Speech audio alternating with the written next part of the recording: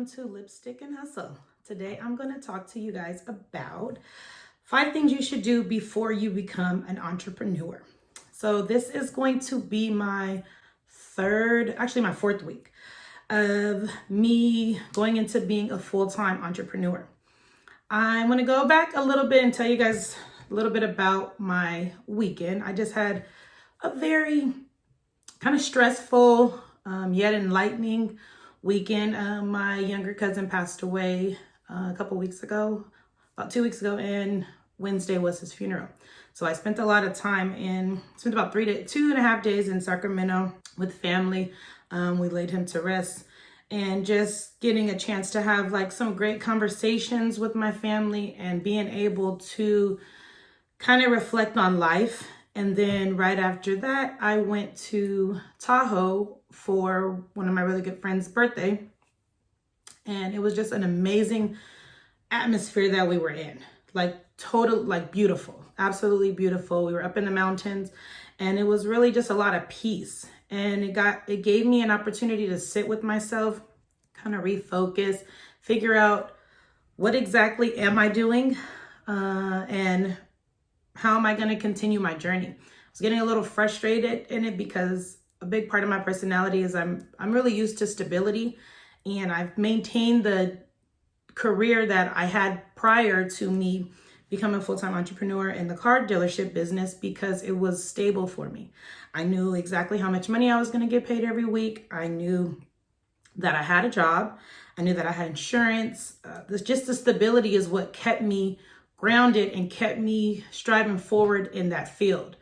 So with me taking this leap of faith of becoming a full-time entrepreneur and really focusing and working on my dreams, it got a little bit discouraging. It got a little bit overwhelming as well, because this is new to me.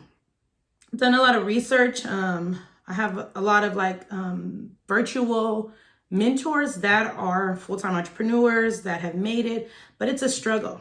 It definitely is a struggle. And I'm going to tell you guys, basically why I decided to do this. And I started off as an appointment clerk / receptionist, cashier. And from there, I grew and grew and grew and grew with the company. I was with one company for 10 years. I left that company for better opportunities. So from there, I went to another dealership and I was there for 4.5 years. And there I want to say excelled the most, and I made the most money than I had prior to in those 10 years. I knew that I wanted to be a manager, so I went to my boss and I told her, I want to learn how to do your job. So she was amazing to me and she taught me everything that I wanted to know. She would sit with me, give me the knowledge, really gave me the opportunity to become a manager. About 1.5 years later of me being there, I was promoted to be an office manager. So again, I got the responsibilities of an office manager, but I also was learning the duties of a controller, which is the highest position in the accounting side of it. Well, the highest position in the business office, basically.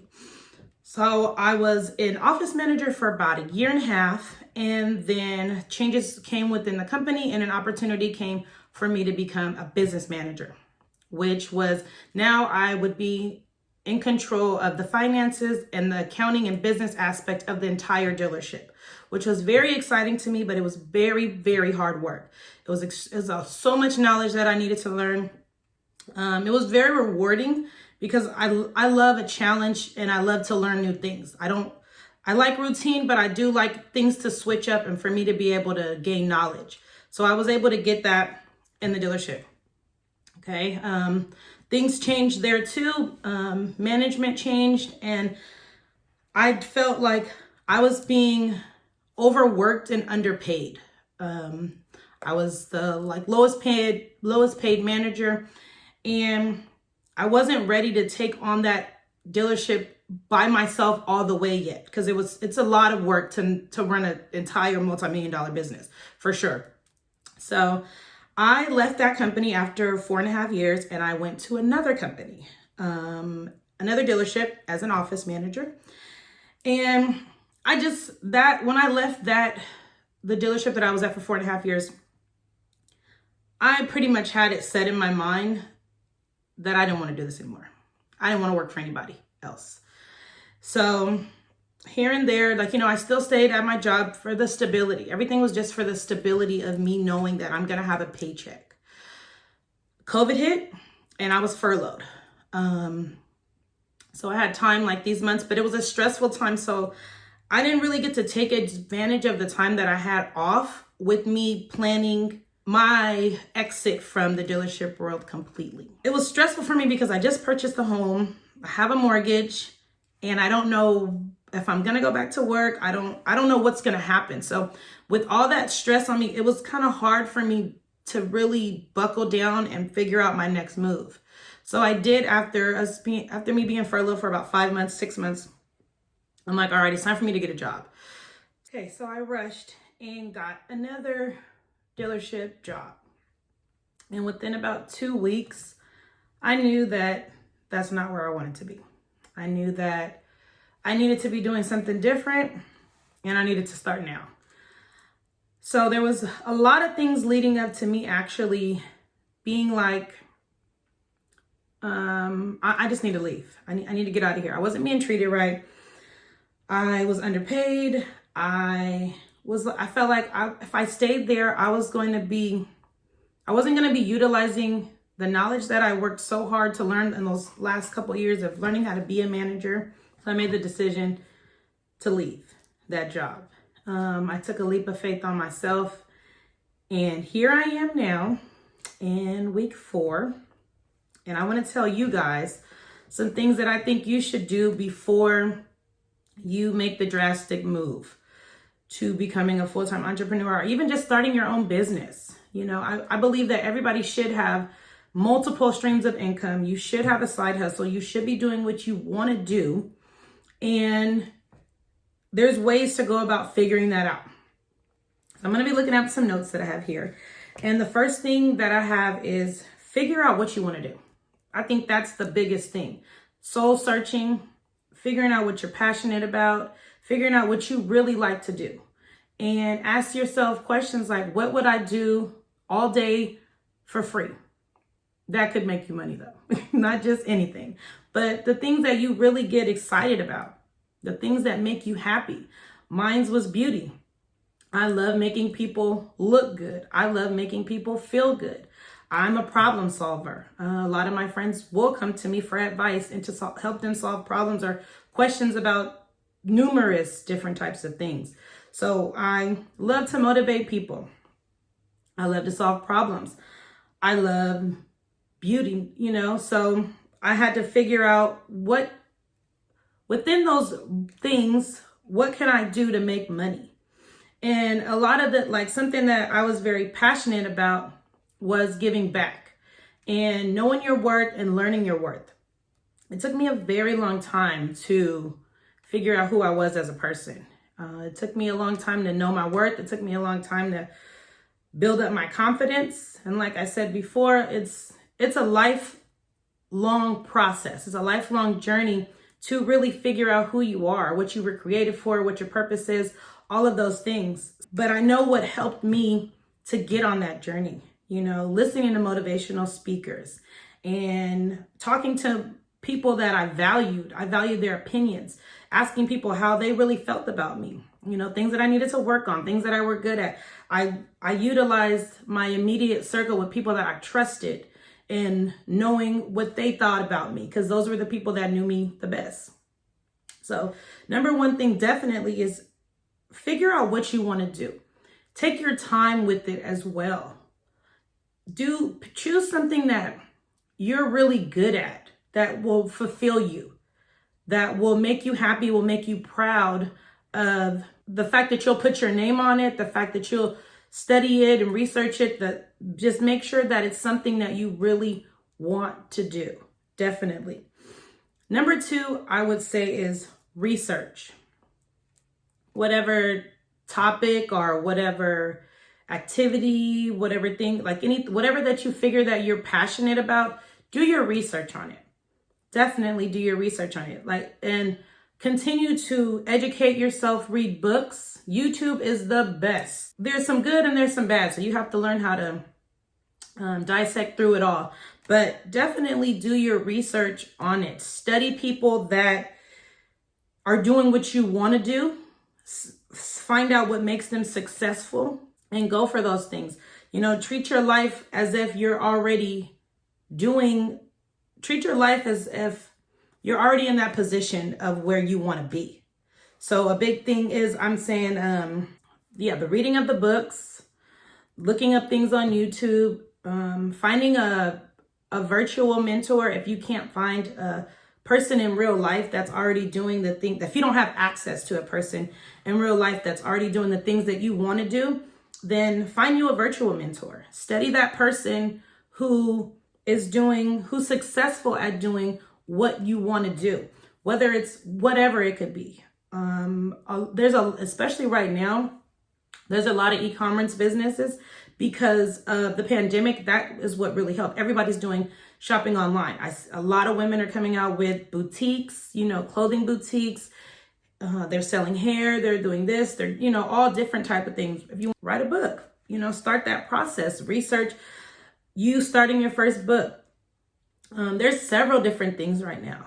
If you want to be a speaker, research speakers that captivate you, that make you want to listen to them and learn more from them.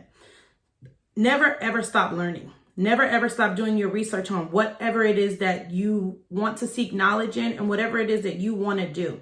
Don't be afraid to learn more and continue to learn. The third thing I would say is to create a plan. Create a plan for yourself. Write it down. I'm very, very big on writing. Like, I still write letters. I still journal. I'm not always the best vocal person to express my feelings that way. So I don't have a problem writing a letter. I don't have a problem writing it down first and then being able to deliver it. So definitely write a plan, create a plan for yourself with deadlines. Deadlines are the most important part of it, because you create deadlines, you give yourself a chance you're setting a goal now, but it's not just anywhere. You're setting a goal because it has a deadline that you need to accomplish this thing. So definitely create your plan with deadlines for it. The fourth thing I would do is I would say save your money. Definitely save your money. Starting a business, being an entrepreneur, all of that is a huge sacrifice, and it does take money. It does take money. And you'll feel a lot more comfortable if you have money saved up. So I would say, look at your everyday expenses. Look at, and budget. Budget your money. See what you can cut back on. What are you spending money on that you don't need to spend money on? Because it'll save you a lot of time, a lot of energy, and a lot of stress if you have money saved up to build your dream, to help with your dream. It's not always easy. We live in a very expensive time right now, but there's a lot of money out there. And there's a lot of ways that if you really think about it, that you can save money. Just the smallest thing, getting rid of the smallest thing.